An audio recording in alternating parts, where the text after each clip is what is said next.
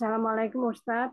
Izin bertanya, apakah saat ini jika manusia membaca Al-Quran, ada kemungkinan jin dan malaikat mendengarkan?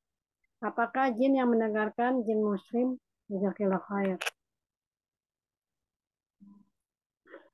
Ya, tentu ya, itu sangat mungkin terjadi ya. Ya. Walaupun saat ini menjadi sesuatu yang gaib, ya. Sesuatu yang gaib dan tidak perlu menjadi satu fokus perhatian kita ya. Kira-kira apa ya yang bisa saya rasakan kalau saya baca Quran, ada apakah jin yang mendengar atau apa, tidak perlu menjadi satu hal yang fokus sebagaimana dulu Ubay bin Ka'ab atau Usaid bin Hudair ketika merasakan itu bukan suatu yang diharap-harapkan, bukan suatu yang di ditelateni gitu ya, sehingga wah saya jadi dapat kirim salam, itu ya bonus aja ya. Esensinya semua bahwa kasih sayang Allah itu sungguh terjadi bagi hamba-hambanya yang baca Quran, belajar Al-Quran dan seterusnya. Karena menjadi kontraproduktif ya. Kalau kita terlalu sibuk, apa ya kira-kira ya indikasinya bahwa saya seperti Usaid ataupun seperti Ubay bin Ka'ab. Padahal yang diinginkan dari Al-Quran itu tadabbur. Afala ya tadabbarun Al-Quran. Fokusmu adalah tadabbur. Tadabbur yang membuat kamu jadi lebih dekat dengan Allah. Tadabbur yang menghasilkan kamu mendapat motivasi. Motivasi lebih rindu ke surga, lebih takut ke neraka. Motivasi amal-amal yang menurut akal manusia ya. Apa iya ada manusia bisa bangun malam ya. Tapi dengan motivasi Al-Quran ya, karena dari hasil tadabbur itu ya, manusia yang lemah itu bisa mengatasi ya, atasi ngantuknya, beratnya bangun hanya untuk beribadah kepada Allah ya, barang 2 rakaat, 4 rakaat dan seterusnya. Ya. Itu yang diminta oleh Allah fokusnya ya. Adapun yang hal-hal yang sifatnya bisa disebut karomah itu yang jelas terjadi, cuma kejadiannya tidak harus tereksplor dalam kehidupan manusia, dirasakan atau didengar. Allah.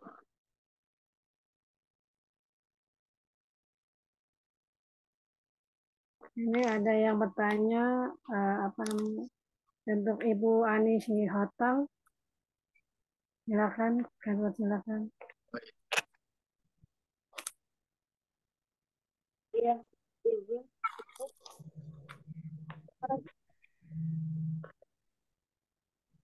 Halo Bu, Halo, terdengar? suaranya putus-putus. Halo, terdengar nggak, Pak? Oh ya, sekarang kedengar. Sekarang kedengar Bu. Iya, izin bertanya, Ustaz. Assalamualaikum warahmatullahi wabarakatuh. Waalaikumsalam. Alhamdulillah, sudah bisa mengikuti kajian pagi ini. Izin bertanya, Ustaz. Tadi terkait dengan rahmat Allah ya. Mungkin kita merasakan bahwa rahmat Allah itu begitu banyak, di antaranya mungkin ketika kita bisa diberi kesempatan oleh Allah, dimampukan untuk bisa beramal soleh gitu Ustaz ya, terlibat dalam komunitas dakwah misalnya seperti itu. Nah, kadang-kadang kita tidak kita menemukan mungkin orang-orang di sekitar kita, saudara-saudara kita, bahkan orang-orang yang diamanahkan bersama kita gitu Ustaz, dalam pembinaan gitu, kita menemukan sering sekali saudara-saudara kita itu menyampaikan uzur gitu Ustaz. Ketika kita mengajak atau menunjukkan atau kita memfasilitasi untuk terutama mungkin amal-amal keumatan gitu Ustaz ya, amal-amal dakwah gitu ya, banyak sekali uzurnya, dan uzur itu lebih kepada kesibukan atau tuntutan profesi atau kesibukan. Seakan-akan mendengar uzur itu kita merasa ini saudaraku hampir 24 jamnya kah penuh dengan tugas-tugas profesi mencari nafkah itu begitu ya. Nah, padahal kadang juga kita ketika kita menelisik bagaimana kehidupannya dan ternyata Masya Allah belum tentu juga lebih baik dari kondisi yang Allah berikan kepada kita gitu Ustaz. Nah, ini bagaimana sebenarnya akhlak tuntunan Al-Quran ini ya Ustaz yang mensikapi hal-hal yang seperti itu gitu. Kadang khawatir kita tuh munculnya apakah itu disebut suuzon ketika kita merasa saudara kita terlalu tenggelam dalam kesibukan duniawinya sehingga tidak ada waktu sedikit pun slot waktu yang sangat terbatas yang dialokasikan untuk bisa bersama amal-amal jamaah gitu Ustaz ya. Nah, itu apakah kita khawatirnya kita jadi malah dosa gitu kan. Dan bagaimana sebisanya kita ya kita merasa ini rahmat Allah ketika kita bisa berkecimpung dan kita pun punya kesibukan duniawi juga kan gitu Ustaz ya.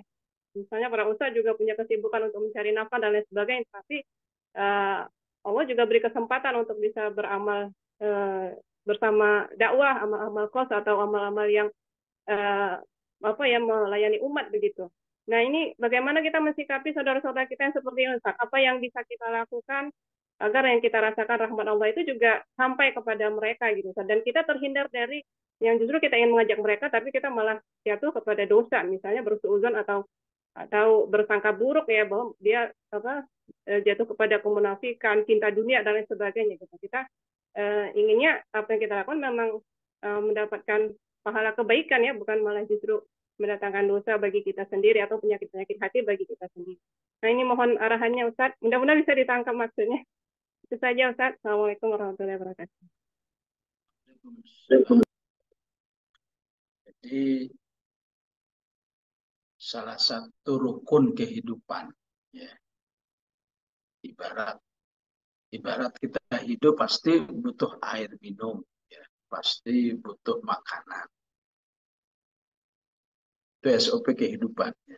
Penting juga dipahami salah satu aspek SOP kehidupan itu adalah menambah ilmu. Ya. Menambah ilmu ini harus bisa diyakini sebuah kebutuhan hidup saya. Ya. Nggak ada urusan dengan teman saya, nggak ada urusan dengan murabi saya, nggak ada urusan dengan apakah kalau ada institusi kehidupan yang lain. Jadi cukuplah saya ini sebagai manusia beriman kepada Allah, ya. Maka bagi saya nambah ilmu itu ya, harus menjadi kebutuhan hidup. Istilahnya kalau meminjam istilah sholat itu rukun hidup, ya. Sebagaimana sholat kalau pakai nggak pakai niat nggak sah, ya. Tertolak sholatnya. Sholat nggak pakai Al-Fatihah nggak sah. Kenapa? Karena itu rukun. Kan salah satu rukun kehidupan itu adalah carilah ilmu. Dengan cara apa? Kayak bisa dengan zoom, dengan bisa baca-baca. Jangan ada sehari tanpa tambahan ilmu, ya. Dan bisa menjadi sebuah kufur nikmat. Tiap hari kamu kok nambah makan, nambah berat badan, nambah tidur, ilmu nggak nambah. Jadi, penting dulu ditata dulu adalah gimana supaya setiap orang itu nambah ilmu. Bukan karena ada murabiahnya, bukan itu. Memang udah saya sebagai manusia memang butuh ilmu. Nah, ilmu itu akan memberikan kesadaran namanya balil insanu ala nafsihi basirah. Ya. Intinya sebuah kesadaran, ya. Aku kalau tidak berusaha, tidak menata diri sendiri, dampaknya akan aku rasakan sendiri. Gak akan ada dampak ke temannya, gak akan ada dampak ke gurunya, ke murabiahnya, gak ada itu dampaknya.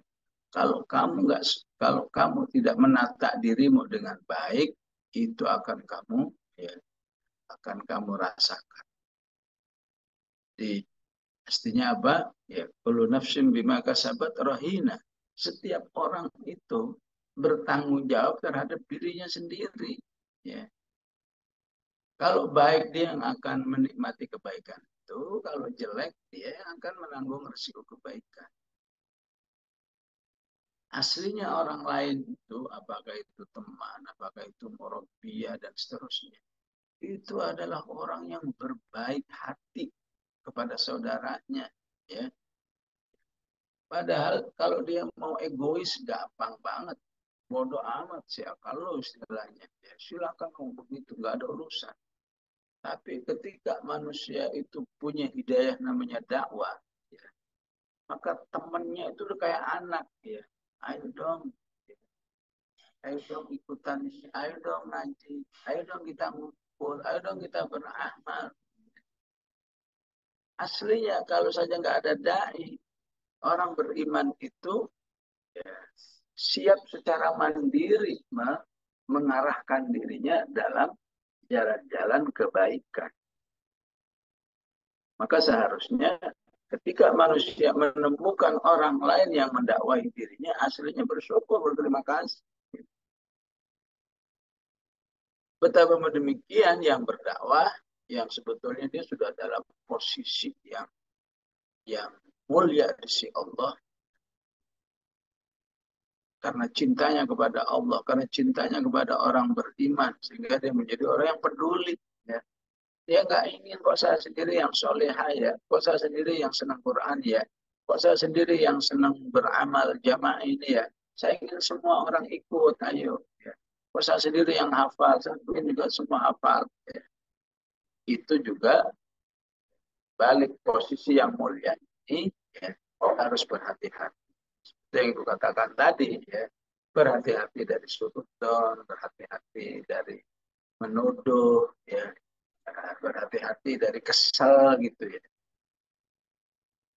Mana saya udah tiap hari ngajak nggak mau, misalnya. Mana supaya nggak kesel? Ya disadari ya, bahwa disadari yakin-yakinnya yang maha pemberi hidayah kepada manusia itu hanya Allah. Saya hanya bertugas nyampein saja. Sehingga kalau penyampaian saya ini tidak ngefek, itu sudah wajar. Ya. Sudah wajar. Itu yang diungkapkan oleh Nabi Nuh ketika dia mengatakan, ya, wahai umatku, ya, saya sadar bahwa taujihku nggak ada artinya bagi kamu. Ya. Kalau memang Allah memberi hidayah kepadamu, katanya. Sekelas Nabi Nuh sadar begitu. Tentunya maksudnya, jadilah dai yang, ya, jadilah dai yang manhaji, yang proporsional. Bahwa tugas dia itu bukan memaksa. Itu hanya ngingetin saja. Barang perusahaan TV itu tugasnya iklan doang.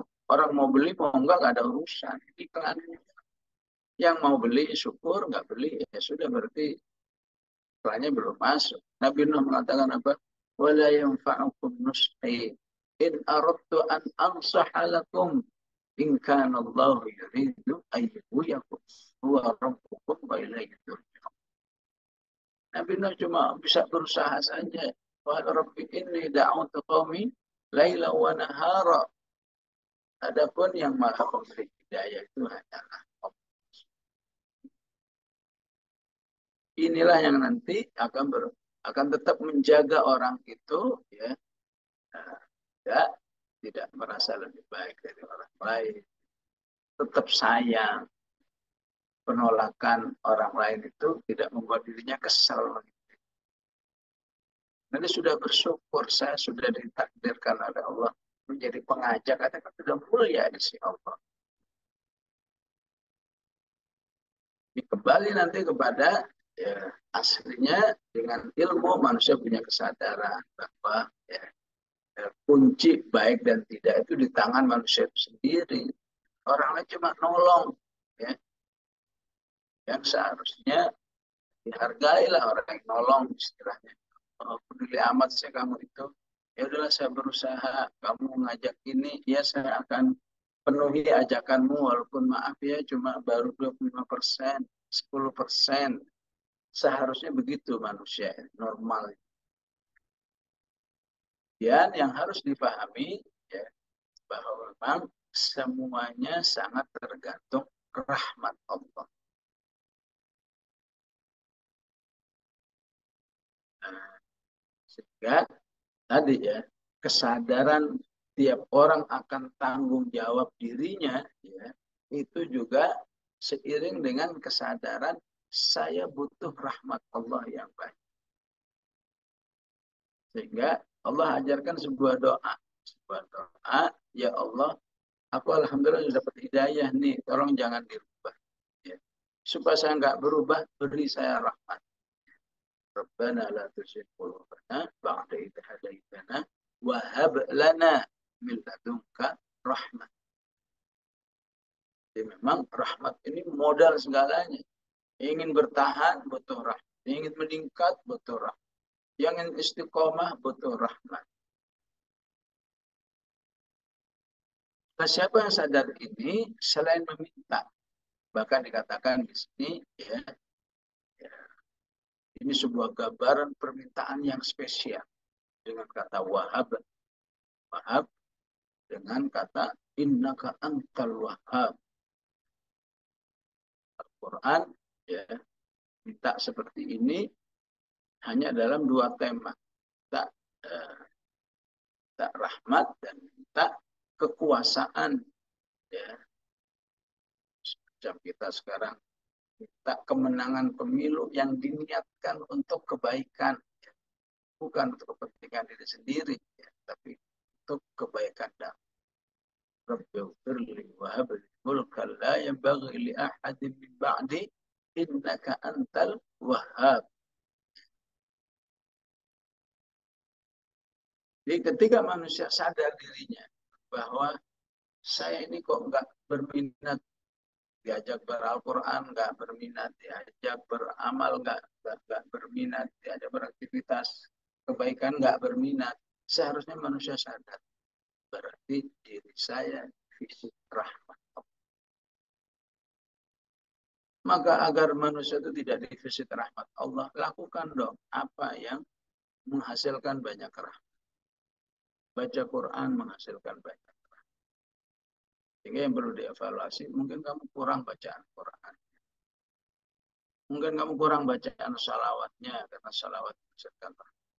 Mungkin kamu kurang ya, istighfarnya, istighfar banyak menghasilkan rahmat. Mungkin kamu kurang ukhuwahnya, karena berukhuwah menghasilkan rahmat. Innamal mu'minuna ikhwah fa aslihu baina akhwaykum wattaqullaha la'allakum turhamun. Nah, rahmat Allah itu bagaikan ya, kan BBM bagi mobil ya. Yang kurang ya nggak jalan. Kalau masih ada sedikit-sedikit ya masih jalan mobil itu walaupun nggak bisa jauh. Ya. Para dai, para murabi ya, hanya bisa mengarahkan saja. Ya. Ikut mendoakan semoga Allah berrahmat ya. Semoga Allah ya, berikan kesadaran baca Quran. Para murabi penting menambah ilmunya agar bisa menyampaikan ya motivasi-motivasi agar manusia ya, jadi pemburu rahmat-rahmat Allah, karena hanya dengan rahmat Allah itulah manusia ringan menghadapi berbagai macam ketaatan kepada Allah Subhanahu wa Ta'ala.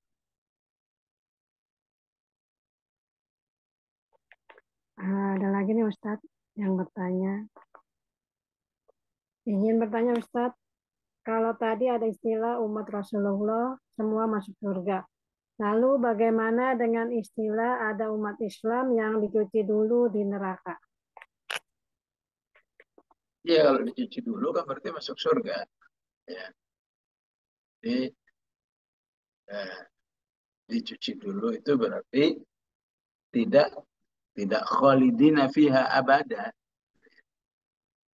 Kenapa dicuci dulu? Karena statusnya dia sebagai umat Muhammad tidak utuh. Ya. Mungkin dia jadi umat Muhammad, tapi karena tidak melakukan ini, tidak melakukan itu yang dianjurkan, yang diwajibkan, ya. Akhirnya statusnya menjadi umat Muhammadnya cuma 75%. Ya. 25%-nya tidak sesuai dengan kriteria sebagai umat Muhammad. Maka agar layak masuk surga, karena yang masuk surga itu adalah umat Muhammad yang seutuhnya, maka dia mempertanggungjawabkan kejelekannya, ya, dengan cuci dulu itu istilahnya, baru setelah layak masuk surga.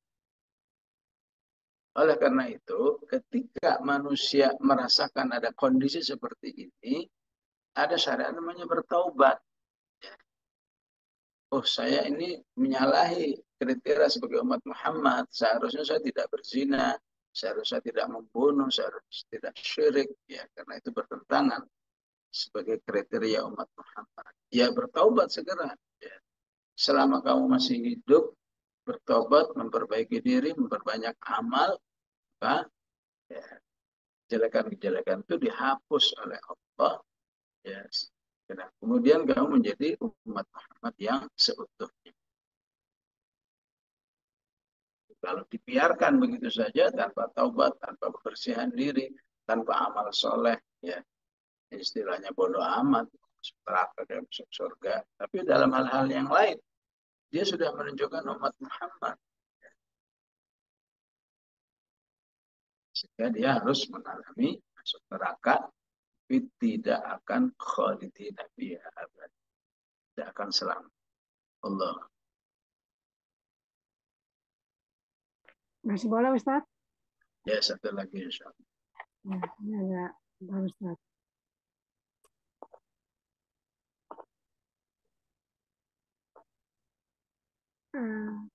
Jika ada seseorang yang mengangkat anak dari panti asuhan dan diakui sebagai anak kandung, hal ini berarti mengubah nasab.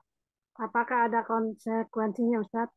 Apalagi pada saat mengurus kakak, diminta saksi, dia menggunakan saksi palsu bahwa dia pernah melahirkan anak itu.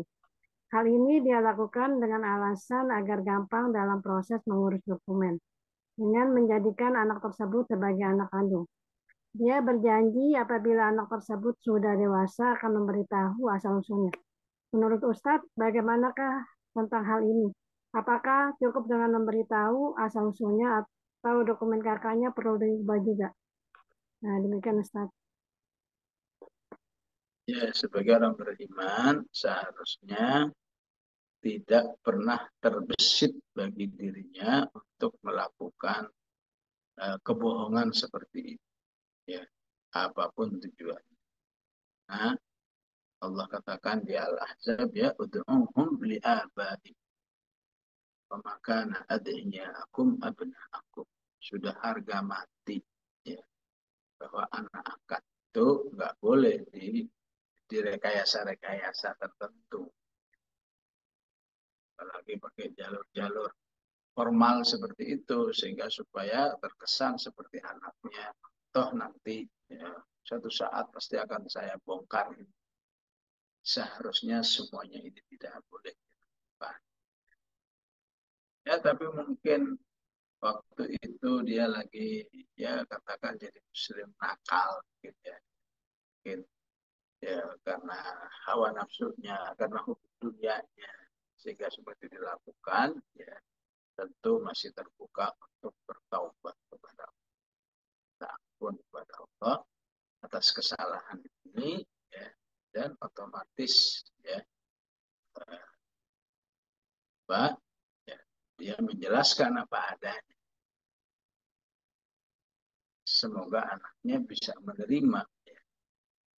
Karena kalau sudah terkuatkan oleh dokumen resmi seperti itu, ya mungkin secara perasaan hati anak bisa terima, iya saya bukan anaknya.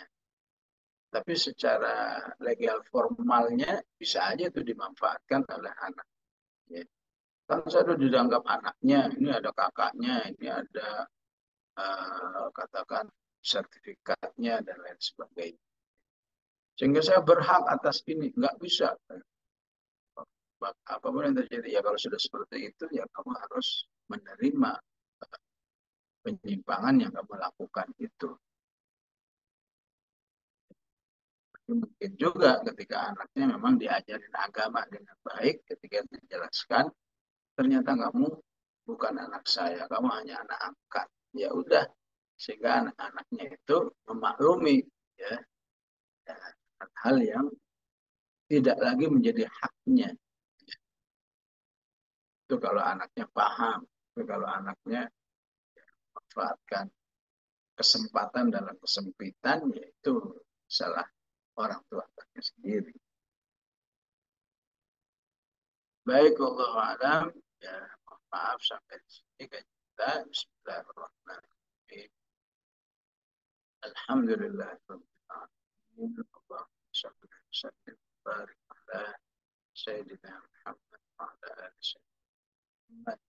Allah aslih lana هذه وعصمة أمرنا وأصلح لنا دنيانا التي فيها معاشنا وأصلح لنا آخرتنا التي إليها معادنا واجعل الحياة زيادة لنا خير واجعل الموت راحة لنا كل شر. اللهم اغفر لنا ذنوبنا كلها دقها وجلها سرها وعلانيتها أولها وآخرها. اللهم إنا ظلمنا أنفسنا ظلما كثيرا فاغفر لنا مغفرة من عندك وارحمنا إنك أنت الغفور الرحيم. ربنا لا تزغ قلوبنا بعد إذ هديتنا وهب لنا من لدنك رحمة إنك أنت الوهاب. صلى الله على سيدنا محمد وعلى آله وصحبه وسلم. والحمد لله رب العالمين. Wassalamualaikum warahmatullahi wabarakatuh.